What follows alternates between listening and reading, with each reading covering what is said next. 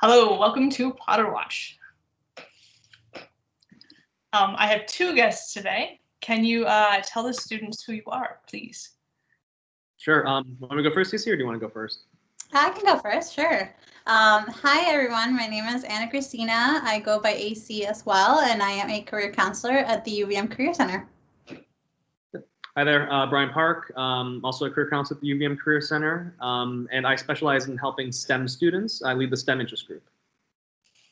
And AC, do you have an interest group as well? Yeah, I should definitely add that. So I lead the Education Policy and Social Impact Group, as well as the Arts, Media, and Communication Impact Group, and a pre-law advisor. Wow, that's a lot of things. Yes, quite a bit of things there. So can you tell me what your question is today? Yes, so the question that we had was, what are the factors that led Harry Potter to become an Auror? I think that's how you say it, correct? I think so. Which, to my understanding, it's essentially a magical law enforcement, like a cop, magical cop, right? Yeah. Yeah. I thought it was like a spatial agent type of sort of like not necessarily a daily sort of crime fighter, but mostly like a special agent FBI type of, or I think that's what I was equating to, something a little bit more stealthy, more SWAT style. If it's Britain, it's MI5. He's like, is it MI5 or MI6? Yeah, the blonde ones. Yeah, one of those. I equated the Auror as being like a more elite sort of part of the magical investigations. I also do not know all the proper names. It's been a while since I've read Harry Potter or seen Harry Potter. Yeah. I've never seen the last movie either. Oh. So don't. This is some things I can't finish. Well, but you missed out on the terrible epilogue. It was good to know. Good to know. So what was your answer related to this? Well, I can kick us off. I mean, there's probably, AC can agree. There's a lot of factors, I'm sure, that contributed to it. One big factor, so we chose this topic because it kind of relates to career decision making, in a sense. So one big factor that I think contributed was, obviously Harry Potter's upbringing and childhood. It was very much in Muggle world, so it's not really, he wasn't really aware or as deeply entrenched in the culture. So I feel like one thing that we kind of see in our work with students, very often, for example, I'll meet with pre-med students, and for those who are really on the ball with their pre-med track, I find that typically they either have a family member or have some connection to the world of healthcare, and that's sort of how they get inundated to that world early. So I think in my mind, I feel like Harry was just not as aware at that point. I feel like it was the fifth book where he actually got told about that type of job. And I think, or is it fourth? Yeah, it was one of those. It's disguised Barty Crouch Jr. Moody, which is really interesting that he gets told by someone who's not actually an Auror, but pretending. Yes, and he's actually one of the Death Eaters, right? So it's like, yeah. So anyone knew. More insidious if you think about it too. Absolutely. To me, I think when I was thinking about the decision of Harry wanting to be an Auror, really for me directly relates to Sirius being his godfather and how Sirius was, incarcerated for a long time. And I think to me that was a very specific part of the story where it clicked to Harry that, if there had been somebody to look into Sirius's case more closely, he would have been spared this lifetime or this time of torture, really, or being imprisoned, right, as a prisoner, as we see in the third book. Yes. So for me, I think that I myself think that's probably one of the ways that Harry really led to his decision to become an Auror, specifically. So he wants it to be done competently. He's seeing the other side of. Right. I feel like because, at the end he figures out that Sirius is his godfather. So it's a very intimate connection. And as Brian was saying, that we are informed by kind of like our environment, our nuclear environment of how we come about those decisions in career development. I think it's very similar where Sirius was really experiencing this and explaining to Harry how this came to be, and that to me in the back of my mind really inspired Harry to follow that path. Yeah, absolutely. It's sort of weird. I mean, obviously in the books, Harry's, I think even when he develops a Dumbledore's army, that sort of crash course dark arts, under the underground course that he did with his friends. I think that it was clear that there's so many different things that he had to do that were very much related to what auras might have to engage with. I mean, he's very much into finding dark arts at a very young age. And it's sort of like he was almost groomed to become, have those, even though he never thought, oh, I want to become an auror, I'm going to just fight all of these dark creatures and these horrifying wizards that, I think he's just building those skill sets almost unconsciously. And then when he actually got down to, oh, how will I actually apply this to my life? And if he's good at this thing that he's just has found himself doing, I think it probably also contributed to him just kind of leaning into that field.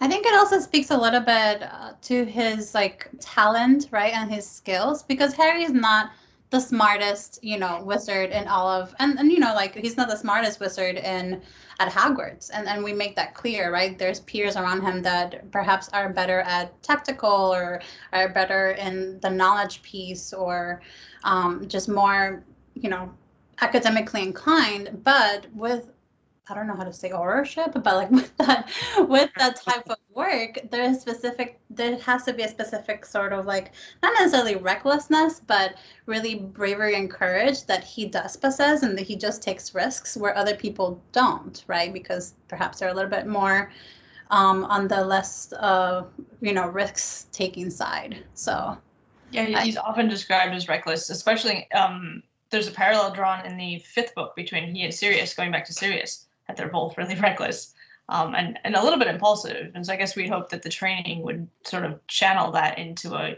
productive bravery rather than a...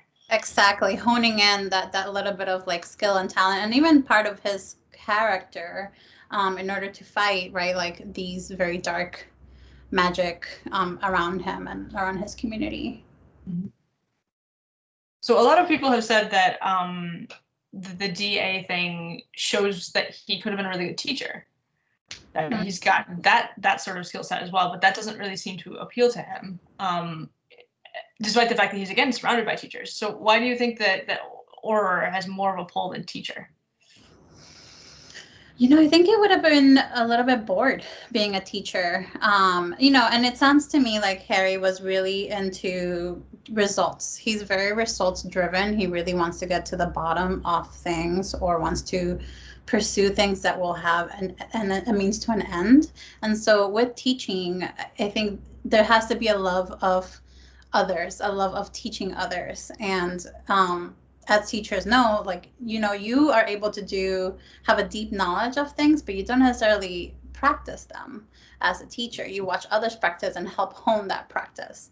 So I think there's a special type of person to become, a teacher. And I don't think Harry had that kind of love for learning as much as Hermione had. And to kind of bring it back to Sirius and mentorship, it's so surprising how much mentorship can really play a role in shaping how people see themselves and how they see their future. I feel to the idea of Harry's, I mean, who are his mentors? I feel like Sirius is one of them, probably Lupin, these people who are very much action oriented. So I think it was never an option where we take someone like Neville Longbottom, who actually became an herbology professor. He was very much we never saw his story fully, but I would imagine that Professor Sprout really noticed that he had a really deft hand with that work, and I think encouraged him and cultivated that love. And I think that's sort of why we see him actually become a professor, because he was that was one area where he excelled and saw someone who said to him, I think you can actually do this. Mm-hmm. So I think it would really be helpful to have those mentors. And Neville also showed, at least at age 15, 16, 17, showed more emotional intelligence and interest in other people's sort of internal worlds than does Harry. Harry really struggles to even be able to kind of think about what other people are feeling. Hermione's constantly having to explain people's feelings to Harry, whereas Neville's the one who, Sirius dies, and then he sort of goes over and tries to engage Harry in this really comforting way. There's definitely that emotional intelligence that you're mentioning, but also you mentioned something really important, cultivating love for something. And I just don't think Harry even was in that orbit of really trying to get people to, or his peers to love a specific topic. So, and I think with teaching, that goes hand in hand. You want to be able to have people love what they're trying to learn. Mm-hmm. Absolutely. Because even his audience for the DA is driven more by fear than anything else. Yeah, and if you look at Snape, I mean, Snape was one of his professors who although he was a good teacher and, you know, what it looks like for other people, but not for Harry, obviously, and his crew, you can tell that he did not enjoy teaching. You could tell that this was not necessarily his cup of tea. And similarly, I think that might have also had an impact on Harry later on and throughout the story. That's actually, and just to bring it back to like our reality, I think that's a really good reminder for anything like student involvements, internships, volunteerism. I think, and doing things that are testing out the waters. I think Harry, obviously it wasn't his idea to start DA, right? I think it was it Hermione's idea or Hermione's idea. And so I think it was almost a way for him to test out, okay, I think I can teach that. I can teach well. I think I have the skills. And obviously he didn't end up liking it enough to do it. So I think that's always a good reminder that even if you do something, you don't have to for it to be valuable. You can still learn something from even an experience that maybe isn't what you thought it would be. Mm-hmm. Yeah, that's a good point. All right. Well, thank you both for coming on and giving us your inside input on Harry's career choices. It's a controversial topic, I know, in the fandom. So I feel like you convinced me that this is a logical choice for him. It is definitely a logical choice for him and a safe choice for the rest of the wrestling world, honestly. So, all right. Well, thank you both. Yeah. Thank you, Professor.